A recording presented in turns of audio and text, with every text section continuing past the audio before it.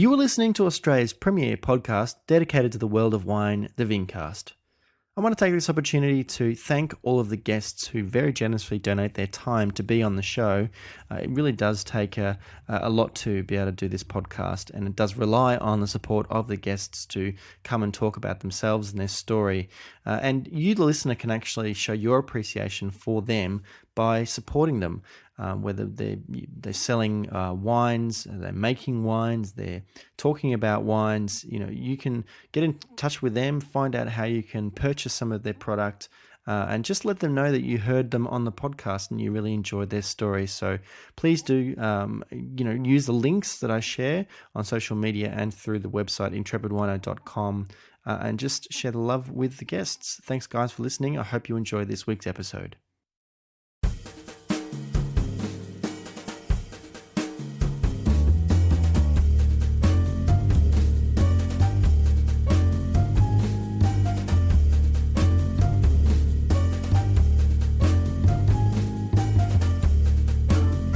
On episode 112 of the Vincast, I chat with Michael Brajkovich, winemaker for Kumeu River and also New Zealand's first Master of Wine.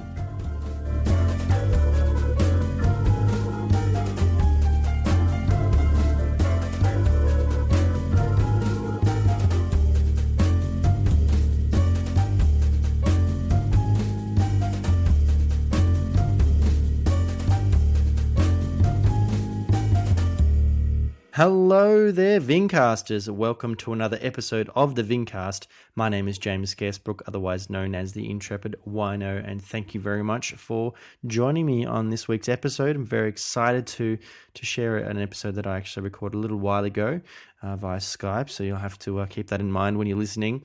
But as always, I love to actually get feedback about the podcast, as I'm sure my guests do as well. And someone who recently shared a review on the iTunes page for the Vincast was Taylor, who shared that she loved the episode that I recorded with Gilda Puri from Yeringberg. So please do provide some feedback to myself and also potential listeners of the podcast on iTunes. Give it a 5-star rating if you can, and leave a review, because I love hearing from you. So as I mentioned, for this week, I recorded with someone via Skype a little while ago. His name is Michael Brajkovich, MW. He was, as I mentioned in the intro, New Zealand's first Master of Wine, in fact, and is also his family own Kumeu River, where he's the winemaker, which is probably New Zealand's finest producer of Chardonnay. And so we had a chat about the story with Kumeu River and his personal journey. So I hope you enjoy our chat. Stick around till the end so you can find out how to get in touch with us to let us know if you enjoyed it. But until then, I'll see you on the other side. Michael, thank you so much for joining me all the way from New Zealand, just outside of Auckland, of course, and welcome on the Vincast podcast. Thanks very much, James. Pleasure to be here. Michael, I start every episode of my podcast by asking my guest if they can remember the first interaction they had with wine that made them think about it in a different way, that made them feel more and led them on the path towards a job in the wine industry. I guess for you it's possibly a little bit different as it's a family business, but can you remember the earliest interactions you had with wine? Well, we kind of grew up with wine, being around the winery, working from a very early age in the wine cellar, we called it, and working with my father, who was the winemaker. And so I have very early memories of being with wine, being with people who were drinking wine, tasting wine myself. But I guess that the first real pivotal moment of tasting a truly great wine was when I was about 16. And by that stage, I'd already decided I wanted to be a winemaker. But a friend of Dad's brought around a bottle of 1962 Chateau d'Yquem. And I had never tasted anything remotely like that.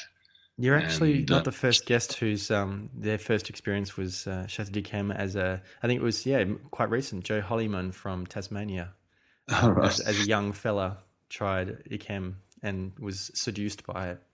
Yeah, you kind of go, this is amazing. And, if I really try hard, I can still taste it. and the ice cream that it went with. So it was, one of those pivotal moments of experiencing a taste sensation like nothing else. And there have been others since then, most of them involving Burgundy. No doubt, no doubt. But you said that at that age, at 16, I think you said you already knew that you wanted to be a winemaker. You already knew that you were going to continue the family business, as it were.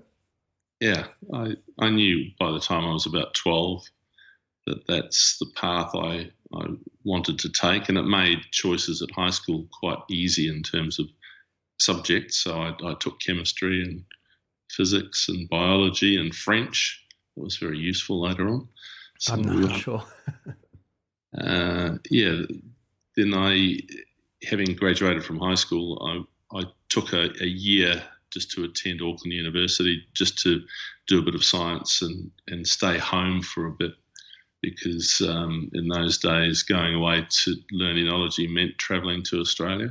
So I had a year at Auckland Uni before I went across to Roseworthy College. Is there now a tertiary university, I guess, or a technical school in New Zealand for studying winemaking? Yes, there are a few, in fact. Great. The main ones are Lincoln University in Christchurch. Okay. And Eastern Institute of Technology in Hawke's Bay, but there are others who do other types of courses, and there's postgraduate study available at the University of Auckland now too. Did your parents encourage you to, go away and study enology Yes. and viticulture? Absolutely. In fact, when I was 12, my father and a friend of his who was a microbiologist did a tour around the viticultural and winemaking regions of South Australia. And on that tour, he visited Roseworthy College and was very impressed by the place and by the head lecturer at the time, Bob Baker, who ended up lecturing me later on. But he thought it would be a very good place for one of his boys to go. And me being the eldest, I did end up going there. And but by the time I was there, it was Dr. Bryce Rankin had taken over as head of school. Oh, there you go. And he was an old friend of my father's as well. So the connections go back a long way. You're the eldest of how many siblings?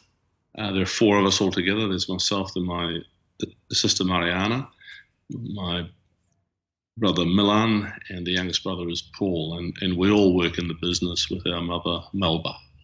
Have they always all been part of the family business? Not always. I was the first to come back. Then Mariana spent quite a bit of time in a sales and marketing role with the Regent Hotel in Auckland before she went off to have her family, and now she's back working with us. And Milan worked in the dairy industry for a little while before coming back here, and the winemaker's job was already taken. So he ended up running the vineyard, but he's a chemical engineer by training, and so any of the engineering needed around the place, he's very much a part of that. Very handy to have. Oh, absolutely.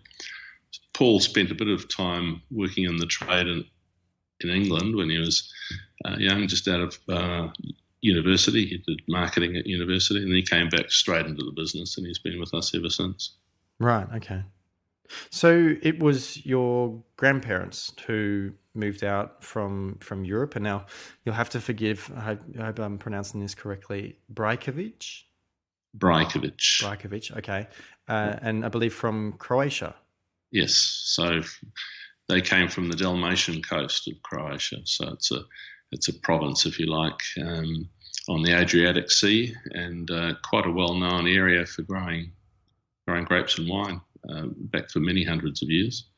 But when my grandfather first came to New Zealand, it was 1902. He was a teenager, and like many young men of his generation from that part of the world, they came out looking for a new life because things were pretty tough in that part of the world. They were then part of the Austro-Hungarian Empire, part of a fairly neglected part of that empire, and there was no economic activity really. They did make wine for a while and export it to countries like France and Italy, but various trade agreements and sanctions and that saw that path of export dry up essentially, and there wasn't a lot of other economic activity for young people to get involved with apart from being conscripted into the Austrian army. So many of the young men left before conscription age, which was 16 in those days.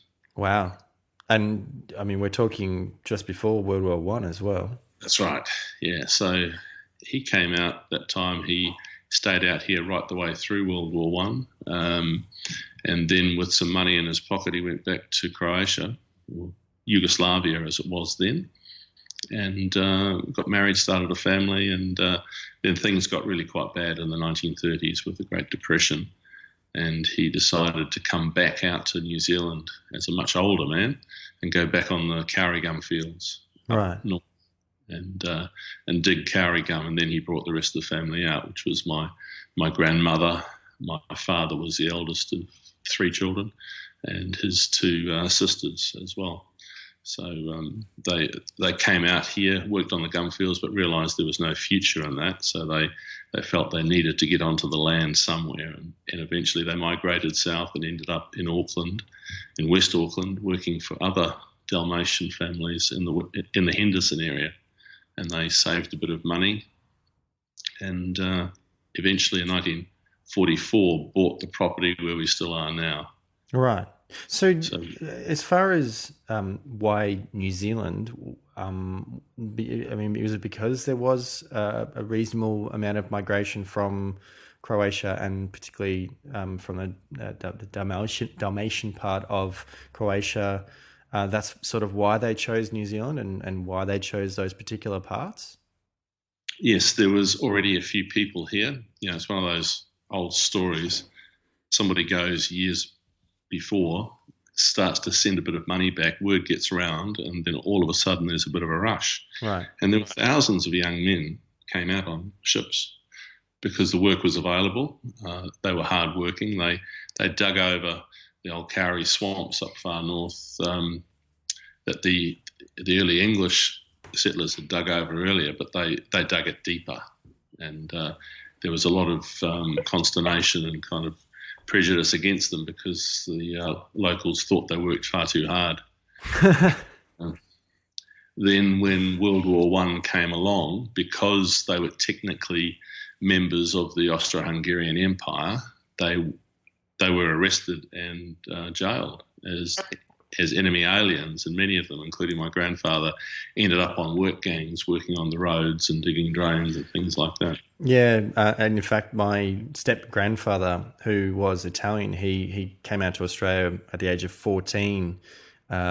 He, during the Second World War, had the same thing, was interned and worked on the border between Victoria and New South Wales, transferring stuff from train to train because they had different tracks back then. So, yeah, it must be a pretty difficult position to be in.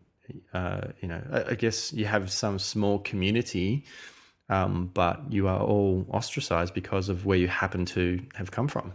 That's right. We had nothing to do with the Austrians, really, because the Dalmatian coast was very much part of the greater, I guess, Italian community. It has much more in common with Italy than it does with the hinterland. So correct me if I'm wrong, but was this part of what was historically known as Istria? Istria is further north. Right, okay. So it didn't extend that far down. Okay. Istria is still part of Dalmatia. Or no, it's not really part of Dalmatia. It's part of Croatia. Yep. But it is a part that has kind of changed from being Italian to being Yugoslav and back again, because it's right there by Trieste. It's just the so this is the Carso area? I don't know that name. Yeah, okay. It is certainly a part right down to a town that the Croatians call Rijeka, which is also known as Italian as Fiume, and both words mean river. Right, yeah. And the locals there still, many of them speak Italian. And during that time between the wars, there was a lot of Italian was just about going to become the official language, but they still kept the local language A going dialect. quite. And if you Lydia Bastianich, who's a TV chef and entrepreneur in the United States, her family's from Istra, and they are essentially Italian, but they have a Croatian surname. And they speak Italian at home and all that kind of stuff. It's a real mixing pot, that particular part. I've been very, very lucky to spend quite a bit of time there. It's probably one of my favorite parts of Italy. So interesting, but obviously one of the poorer parts, and the borders have changed so many times throughout history just in the last 100 years or so. And on that topic... They grow good truffles too. Sorry? Apparently they grow good truffles too. Oh. I mean, everyone talks about Piemonte for truffles, don't they? Mm-hmm. On that sort of topic... Does Croatia, and particularly that part of Croatia, share a similar sort of winemaking tradition as, Georgia and Slovenia, as far as skin contact and working in clay jars and stuff like that?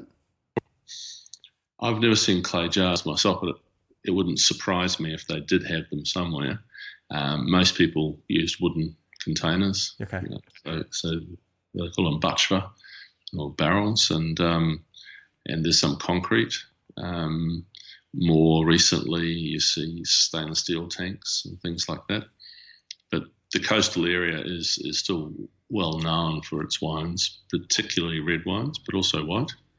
They have the Plavac Mali is the predominant red grape variety there, which is pretty much a native of Dalmatia, and some very famous appellations such as Dingač. In fact, Mike Gergich from California moved into that area specifically to grow that variety very close to the Dingač region. Oh. But on the islands of Hvar and Korčula, they make some very good white wine from a variety called Pošip, which I think is one of the stars of that particular region. Mm-hmm. And so your family back in Croatia, they had some involvement with growing grapes and making some wine? They all had little plots of vines in the hills and around the village, and they would tend those and make the wine. And just like a lot of parts of Italy as well, wine as part of the diet was very important, and it was one of those things that you could make at one time of the year, put it away, and it lasted the rest of the year, and as such was a very important source of calories for many of them. So working men in the fields would always take out wine with them and drink it during the day, more for sustenance than anything else. Fortification, exactly. Right, okay. And as far as when they were looking at growing grapes and making wine in New Zealand, in west of Auckland, did they kind of think about that, how they worked back in Croatia? Well, the environment here was just totally different, and what amazed them when they came here was that it was a lot more fertile, a lot wetter, higher rainfall, which meant that just about anything grew better. So growing vegetables, trees, fruit trees, that type of thing, strawberries or whatever, they could grow anything they wanted to, but there was more disease pressure. And when it came to growing grapes, many of them planted the more ubiquitous at the time hybrid grape varieties because they gave a good yield, a good colour, and didn't rot. So they didn't need as much attention when it came to spraying and things like that. And because of that, the quality of the wine back in those days wasn't particularly good until growers realised that we needed to concentrate more on the classical Vitis vinifera varieties from Europe, make sure the yields were lower, and start to pick varieties that suited our climate, not necessarily a much warmer climate that they were used to. Hmm. So when they were able to finally purchase land and plant a vineyard, I'm assuming this is what, 1944? 1944, they purchased land that already had a small vineyard. Oh, okay. But it had a variety called Albany Surprise, which was more of an eating grape, and it came from New York State. It was one of those, Albany, yeah.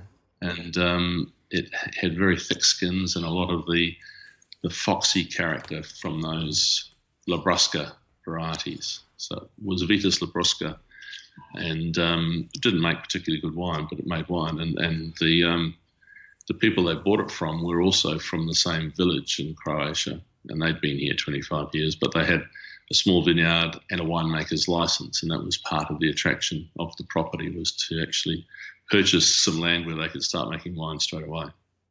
Did they buy the land just to grow grapes and make wine, or did they plant some other crops as well? The main activity was, in fact, dairy farming. So they had 20, 30 cows, and they milked those. They used to sell the cream, use the skim milk for feeding the pigs that they kept as well. And they had a bit of an orchard, and they grew pumpkins and they grew strawberries. So it was a real mixed farm. But the vineyard gradually overtook the cow paddocks, and eventually it was wine that became the major activity, and they got rid of the cows completely. Right. Okay. Now, the location of the property, of the vineyard, it wasn't chosen because it was, it's an amazing place. It was more just that was what was available. There was already a vineyard, and it's what they could afford. Yeah. So, I mean, in those days, Kumeu was way out in the country. They couldn't afford to buy land in Henderson; it was too expensive. So, they lived on a vineyard in Henderson and worked on several properties there. My grandfather and my father worked. My two aunties were going to school at the time, and so they saved up some money. They lived off my grandfather's and grandmother's wages, and my father's wages they banked until they had £200, and that was enough to put a down payment on the property that we still have in Kumeu. Hmm. So back then there probably wasn't much wine being produced in New Zealand, and it was sort of the evolution of a burgeoning wine industry in New Zealand, and then I guess a market for New Zealand wines that kind of led the family towards looking at making more premium quality wines. Am I right? Yeah, that was a very slow evolution through the 50s, 60s, 70s. 50s and 60s, still very much a fortified wine producing company, even though our conditions here don't make very good fortified wine. The New Zealand wine industry was heavily protected by income tariff, or at least import tariffs. So you could make anything and sell it. And we did. We made a lot of sherry and port style wines. But my father was always very keen on making red table wines, predominantly from hybrid grapes, but he made a very passable dry red table wine that was sold mostly in half-gallon jars. Then he planted Pinot Chardonnay, as it was known in those days, in 1965. So he was always had an eye to the future and to what we should be doing in terms of quality wine, but didn't really have the training to be able to do that. He had a lot of help from other people in the industry, but that's why he was very keen on some of us as kids to go through and get an education. The Chardonnay that he planted in the mid-60s wasn't a particularly good clone. It didn't ripen very well. But at about the same time, people were planting quite a bit of a variety that we used to call Riesling Silvaner, but was more correctly known as Müller-Thurgau. Mm. It quickly became the most widely grown variety in New Zealand, and it was very successful in producing medium sweet or medium dried white table wines that people just loved. And were they sort of similar to like the German Liebfraumilch? Yes. Yeah, okay. Like Blue Nun. In fact, most of it even better than a few of those. I don't doubt it. It did ripen quite early. It gave good crops. It was quite a low acid variety, and particularly in the Gisborne area on the east coast, it did very well. Mm-hmm. We grew it here in Kumeu also, but our best Muller always came from Gisborne.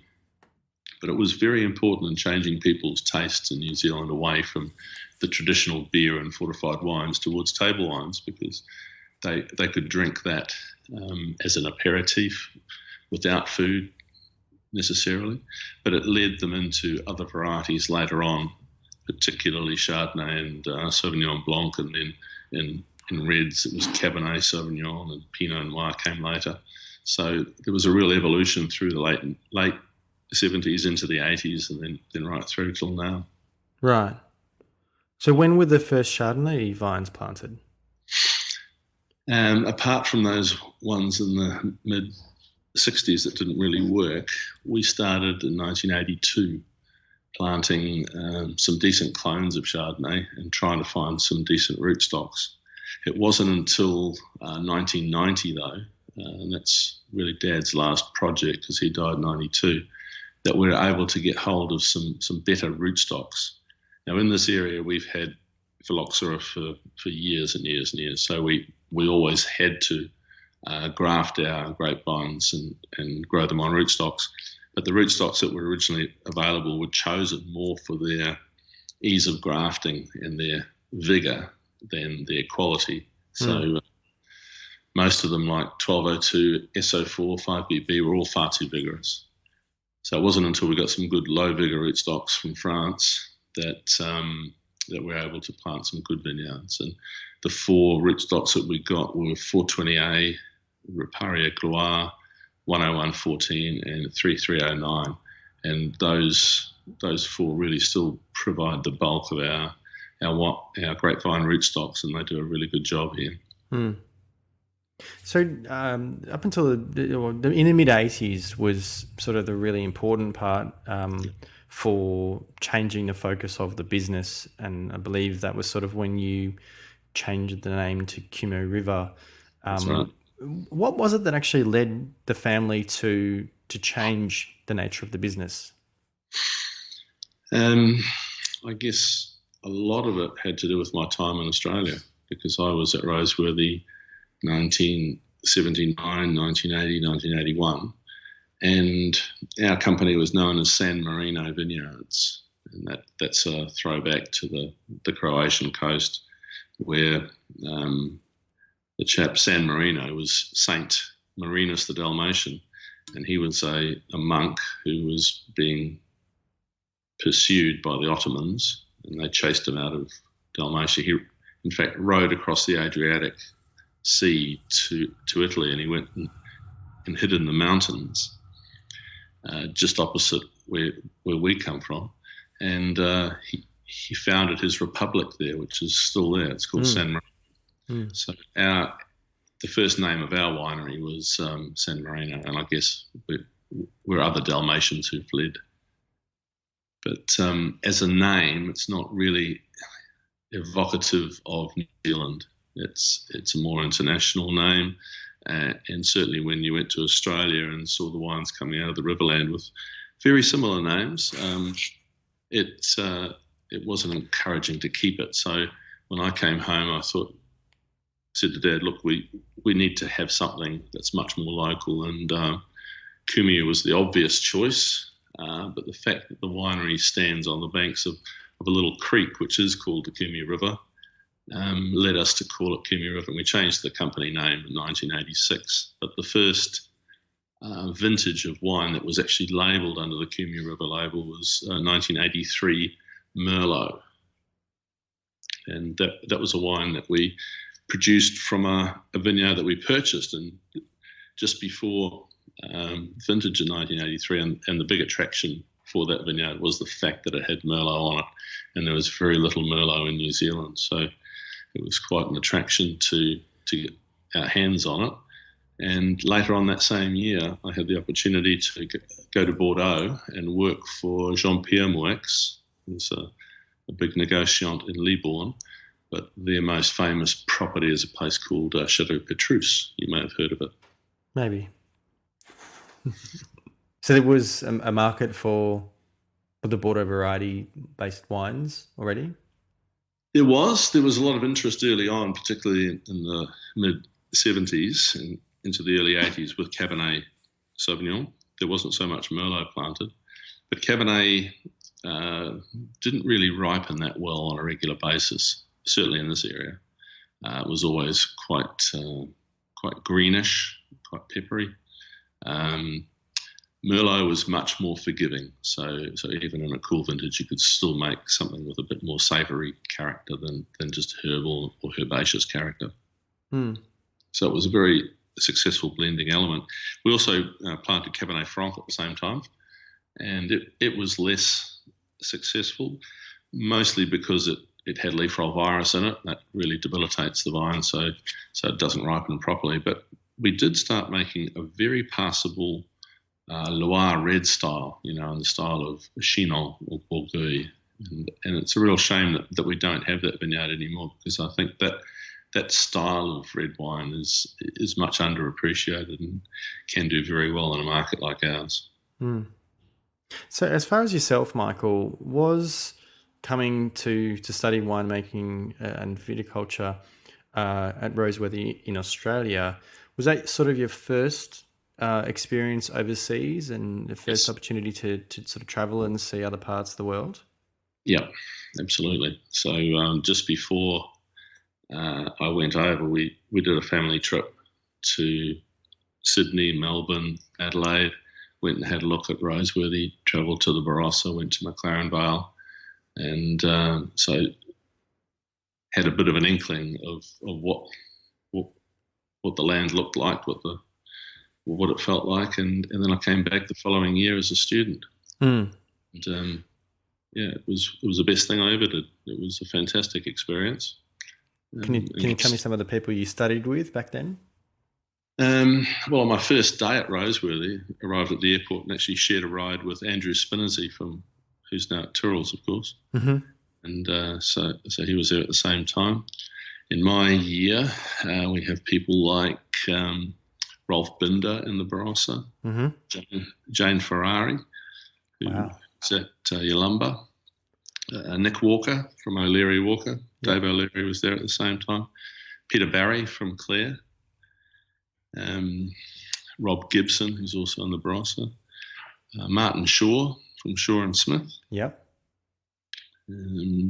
Some pretty important names as far as Australian wine. Absolutely. Yeah. Chris Ringland. A very important name. Another New Zealander. Yes, absolutely. And some very, very good people. Okay. And a good mate of mine, Steve Hall, who worked at Coriol for quite a while, and also at Stanley Leasingham. And either side of us too, guys who are in classes ahead of us, like Mike DeGarris, Kim Milne, and behind us. Yeah, there's quite a few people from that era have gone on to make quite a big mark in the Australian and New Zealand wine industries. Well, I would imagine that was probably quite a golden era as far as it was really starting to take off. As started studying winemaking and then going off and working for fairly established winemaking families and businesses, and to then eventually go on and establish your own businesses. As far as the wines you were tasting and looking at the time, did you find quite a lot of inspiration as far as how you might be able to improve quality back at home? Yes, it was a fantastic opportunity, not just tasting wines in the classroom situation, but I was in a group of people really led by Steve Hall, who spent a large chunk of the small money that we did have on wine. And we tasted all sorts of wine from all over the place, but principally French wine, I guess, Burgundy and Bordeaux, which in those days, mercifully, even though it was expensive, it wasn't prohibitive as it is now. So the kind of opportunities we had of tasting the great wines of the world was much greater back then than it is now. Certainly the taxes wouldn't have been anywhere near as bad as they are now. Tax was always an issue, not quite the same amount because things went up considerably after Keating put them all up. But, it was a time when fine wine was underappreciated everywhere. And you could buy fantastic Bordeaux and Burgundy for $20 or $30 a bottle when, a really good bottle of Australian wine, for example, was $10. Mm. No, I'm wrong there. Grange was still considerably more than $12, but it's all relative. I forget the exact numbers, but I do remember looking back through a diary years ago and seeing the kind of dollars we were paying for the kind of wines we were drinking then, and it's just next to nothing. Absolutely. At what point did you establish a real love affair with the wines of Burgundy? Then, Okay. I can remember that Yep. very clearly, because there was quite a bit of 75, 76 around. So, yeah, they were good vintages, and later on got to try a few 71s, which are still legendary. But it was a good time to be able to get an introduction to those both red and white Burgundies. So that was an interesting experience. But I think most of the wines that we were trying were Bordeaux. Right. That was a real focus. There was a lot of interest in claret. You could quite easily get it. The interest in Burgundy wasn't quite there just yet, but there was still good examples around. And was it sort of being introduced to some of those European wines that inspired you to kind of change the direction for the family business and, as far as Kumeu River and take that into that quality sort of area? Yes, absolutely. I can remember, that the house that we had at Roseworthy College in year 2 and year 3, I shared that house with Peter Barry and Chris Ringland, and we had lots of visitors from other parts of our class, and the discussions revolved around, things like that. What would you do? How would you do it? What would you grow? What kind of yields would you be looking for? How would you make it? How would you ferment it? All that kind of stuff we talked about. And it was really good getting a perspective, particularly from somebody like Pete, who was from the wine business already. They had a winery. He knew the ins and outs of a winery, to get a practical viewpoint. And then somebody like Chris, who was very well read and, had learned about all sorts of things, particularly from a French perspective. And you just discuss these things. I mean, one of the things that we talked about, I can remember quite clearly, was the barrel fermentation of Chardonnay. And no one thought that, anybody would barrel ferment white wine. Why would you do that? Because the current practice in Australia and New Zealand was to ferment white wine in a stainless steel tank under controlled temperature conditions using a decent yeast, and then you put it into barrels if you could afford them to give it a bit of oak. And even when we raised the question with our lecturers, they all said, no, you don't do that. You don't ferment. But clearly, that's what they were doing in Burgundy for years. You press the grapes, you don't crush them. You press the juice out, and the juice goes into a barrel, and you ferment in the barrel. And it changes the whole dynamic about how the wine evolves and becomes wine. It's much more protective of the wine. It gives you contact with the yeast, which is very important, and all those things. So all those ideas were becoming formulated at that time. And over the next 10 years, we're able to put many of those ideas into practice. When did you get your first opportunity to travel to Europe and visit some of these regions? 1983. So just after we'd bought the vineyard with all the Merlot on it. And I got the chance to get a stage at Jean-Pierre Moix through a friend of my father's who was the agent for them in New Zealand. And that was just a absolutely pivotal experience. I had learned a bit of French, but really got dropped into the deep end and had to swim or sink. So having a bit of French language really helped at that time, and I just soaked up the whole atmosphere and the winemaking culture. But it was Bordeaux, not Burgundy. But I did get the chance on that trip to travel to Burgundy and Champagne and Alsace and visit some really good places and pick up a few ideas there. And I've still got my notebooks from that time where I was writing down ideas of what we could do at home, how we could, look at the same type of things that they were doing in France and make some changes, make some improvements. And then I got home, was able to start on that with the viticultural perspective, and help choose great varieties, clones and rootstocks, and then trellising systems as well to actually make a difference here. Because when I came home, I thought, hell, we're going to have to move. We're going to have to get some grapes in Gisborne or Hawke's Bay or Marlborough or wherever. But Dad said, look, you've got all this education now. You've got some ideas. Why don't we put them into practice here and see what we can do here? Yeah. That's exactly what we did. And it worked. So, even at this time, those regions that you mentioned, they were starting to take off, and they sort of haven't really slowed down a lot since then. Have you found it difficult to sort of communicate the Kumeu story, particularly overseas, with such strong brand identities around Marlborough and Otago? There's much wine being produced in that area of New Zealand? There's not, and it's always been a difficult area in which to grow grapes because of our heavy clay soils and our rainfall and humidity. But I think over the time we've been doing it, it's over 30 years now, we've proven that it's actually a really good place to grow Chardonnay in particular. But there's still this perception around that it's no good.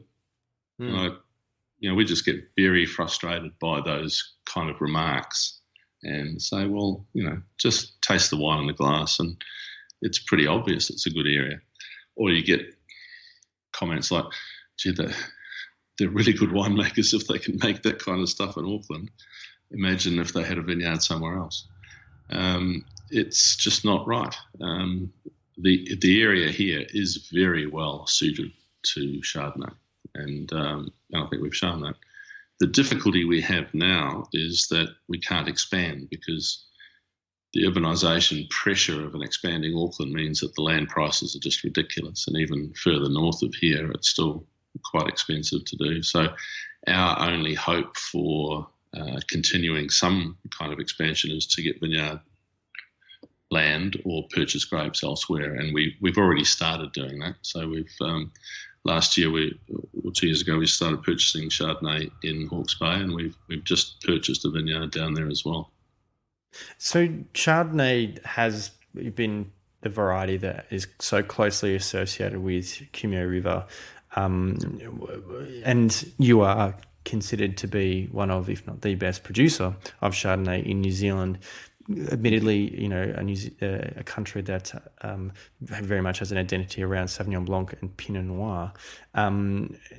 How have you kind of evolved the Chardonnay over the years, and to what do you think, apart from where you are, is it that makes Kumeu River Chardonnay so well regarded, by sommeliers and wine critics around the world?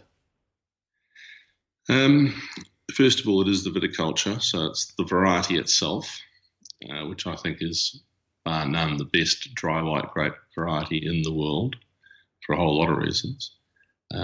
For us, it's advantageous because it does ripen early, so our climate is well adapted to that. Even though we're a long way north in New Zealand, we're not any warmer than anywhere else because of the proximity of the ocean. So our maximum temperatures during the growing season are in fact less than places like Hawke's Bay or even Marlborough, or certainly Central Otago. So we are still very much cool climate. So a good cool climate variety like Chardonnay is going to do well here. Then there's the technical side of actually making the wine, and it really starts with hand harvesting. I mean, we just wouldn't have a bar of mechanically harvesting our grapes. So we hand harvest everything so that the fruit arrives at the winery in pretty good condition. Then it's whole bunch press. That's another technique that we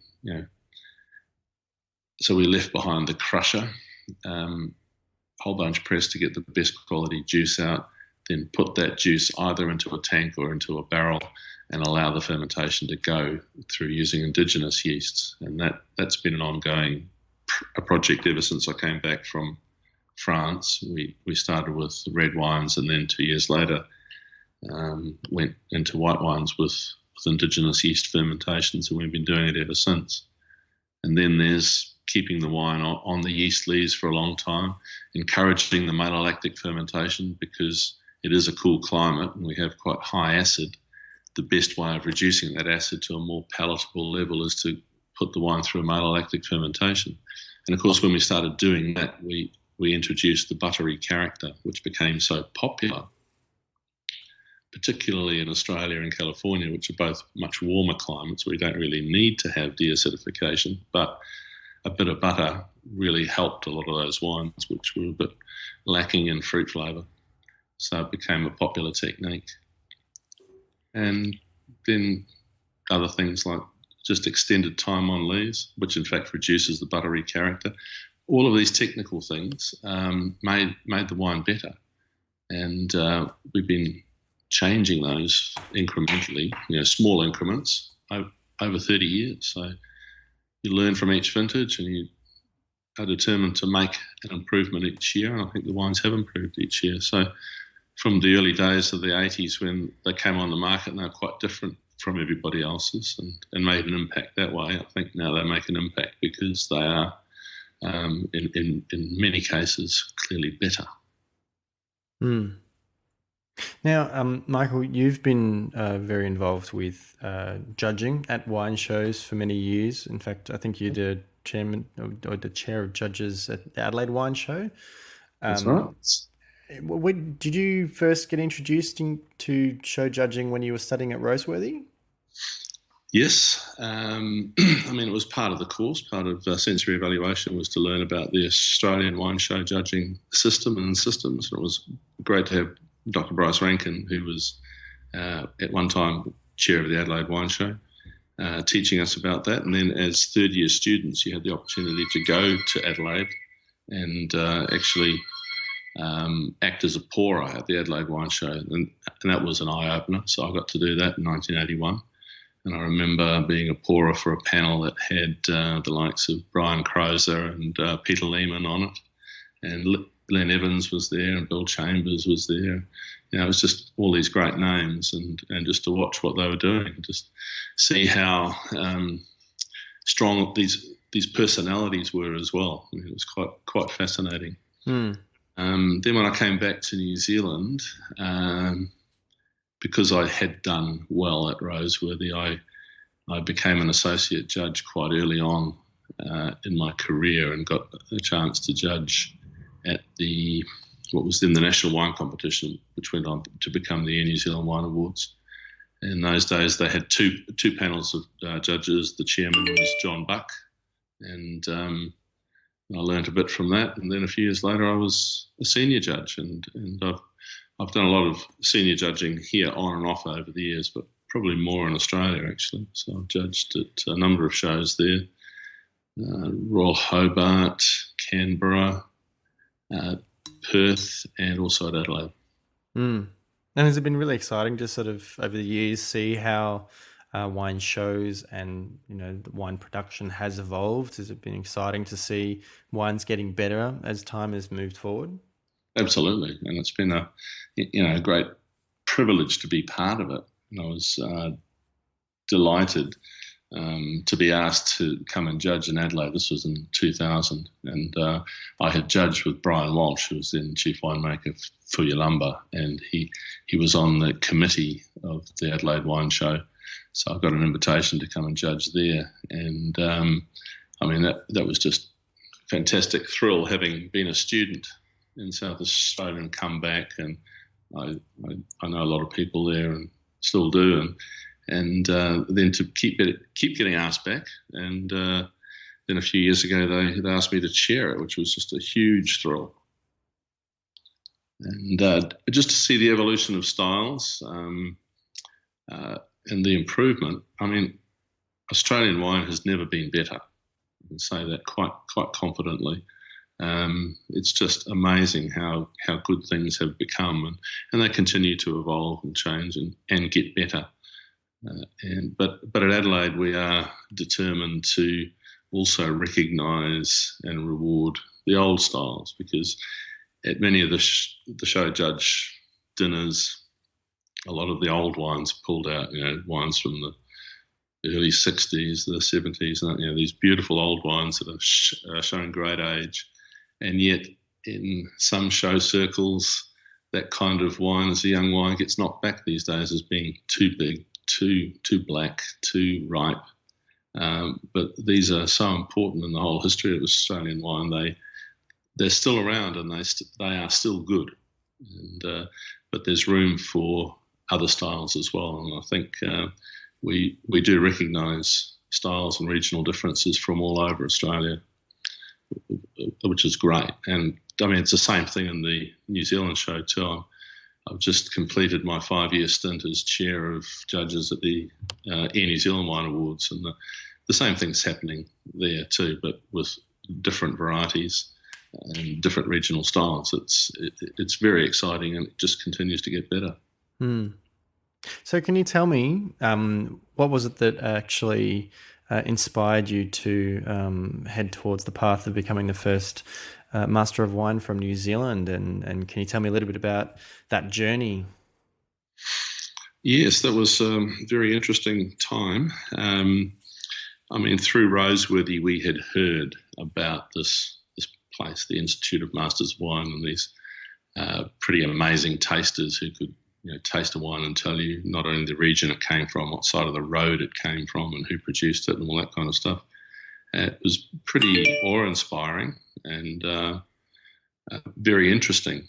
But I never really thought much more about it until 1986, when I got to be a senior judge at the National Wine Competition, which was being held at the Chateau Tongariro.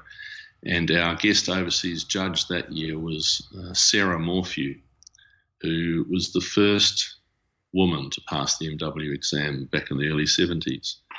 And I was tasting on a panel with her, and she took me aside at the end of the day and said, you've got pretty good tasting ability. Have you ever thought of doing the Master of Wine exam? And I kind of looked at her and said, oh, well, no, of course not. I couldn't do that. I couldn't spend that amount of time in the UK. And she said, look, things are going to change with the MW exam, and that we're looking, and she was the current chair of the Institute. We're actually looking at doing or making it much more international, so taking away the requirement to live and work in the UK and to make it much more accessible. I said, well, that sounds interesting, but I did nothing more about it until the following year. It was 1988, and Michael Hillsmith, who had moved to London specifically to do the course and the exams, he passed the MW exam, and he was the first non-British MW. And when that happened, I got a phone call from Sarah Morphew and saying, look, here you go, here's Michael Hillsmith's gone over and done this, you can do it. So she basically bullied me into taking the exam. And so I set to and wrote the essay that got me into the program. But in those days, there was no such thing as a set, first year, second year, anything like that. All you had to do was write an exam, get accepted, become part of the course. But because I was living in New Zealand, I couldn't travel to lectures or do anything like that. And then I just showed up in May 1989 in London and sat the exam and passed it. Wow. How long did it take you to prepare to study for the exam itself? About a year. Wow. So I was very fortunate in that I wasn't that long out of college. So essay writing, exams, all that kind of stuff wasn't too bad. Where I lacked was the international tasting experience, and I I got in cahoots with Bob Campbell, who subsequently became the next Master of Wine for New Zealand, and also Sam Weaver, who was then working for Hancock's Wines and Spirits. And Sam had actually passed the tasting part of the exam, but not the theory, when he was living in London. And he actually set tastings up for us and asked us MW-style tasting questions. So Bob and I would arrive and go through an exam, and then Sam would tell us afterwards how much the wine cost. So we didn't have any biased ideas, and that was great. That was a really good experience. But I also had the chance to travel to England and travel around France and taste a bit as well, just before the exam. I did a tour around France with a guy who was a bit of a mentor for me, Kit Stevens, who was also a Master of Wine, and did a great job of showing me the French regions and styles, and I learnt a lot from Kit. So being able to do it the first time around meant saved me a lot of trouble. And expense. Yes, and expense. But I almost regretted it because I didn't have an excuse to go back to France. Yeah, fair enough. And how many MWs are there from New Zealand now? Currently, there's 10 of us, but if you count Matthew Della, who's now in California, he's another Kiwi. Kim Milner's an Australian, but he spent a lot of time in New Zealand, and we kind of count him as one of ours as well. Margaret Harvey is a New Zealander who lives in London, Peter McCombie as well. So there's a few of us around. Yeah. And have you enjoyed being part of the Institute as far as absolutely. fostering more education and more MWs? I feel a bit guilty that I haven't really done enough of it. And I guess part of that's because I've been involved so much in the wine shows recently, but that will tone down, and I'll get back involved occasionally with the educational side of the Institute, because we do have a seminar every year. Yeah. And I haven't done one for a couple of years now, but I have been involved in the past in marketing exams and things like that. So that's been a good opportunity to give back. And speaking of fostering further development, education, as far as the next generation of Brajkoviches, are there already some of the kids involved looking to get involved in the business? No, not yet. We have. Well, my mother has 9 grandchildren, 6 boys and 3 girls. The eldest is 23. He's graduating as a doctor at the end of the year, and the youngest is my boy, who's 13. Out of those 9, hopefully we'll get somebody. But, at the moment, we don't have anyone. But time can change things. Often it takes a little while for people to realise what a good job it is. Yeah, and that it's a great life. So hopefully that will happen. But we keep saying amongst ourselves, my siblings, we're still young. We've got a lot left in us, so we'll keep going. You're not going to be handing over anytime soon? No.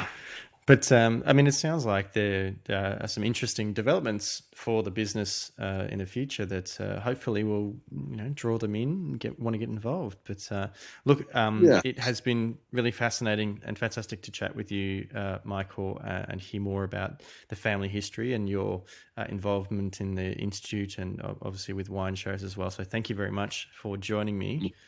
My pleasure, James. And as far as people following yourself and also Kumeu River, would you mind sharing website addresses and social media accounts for the listeners, please? It's just Kumeu River, all one word, .co.nz. That's a website, and that's the best contact. I do occasionally show up on Twitter, but I can't even remember my handle. I'm not all this social media savvy like you guys. It is actually on the website. It's Brajkovich MJ. That's it. Yeah. But thank you very much again, and hope to meet you in person soon. Okay, thanks, James. And thank you, listeners, for joining us on this episode of the Vincast. I have been James Scaresbrook, otherwise known as the Intrepid Wino, and I would love for you to follow me on social media. On Instagram and Twitter, I'm at Intrepid Wino, and on Twitter, you can follow the podcast at the Vincast. You can find my Facebook page, Intrepid Wino, one word. Hit that like button and check out some of the links and photos that I share on there. And come and visit me on YouTube, also Intrepid Wino, one word. And have a look at some of the videos that I've posted, including my series called Let's Taste. Make sure you like and comment on some videos and subscribe so you can get the new video as soon as it becomes available. I'd love for you also to subscribe to the podcast on iTunes or any other form of podcast sharing app or program like Podbean, Player FM, Stitcher. Subscribing means you get the newest episode as soon as it becomes available, and it's also a great way to share your appreciation by leaving a 5-star rating and a review.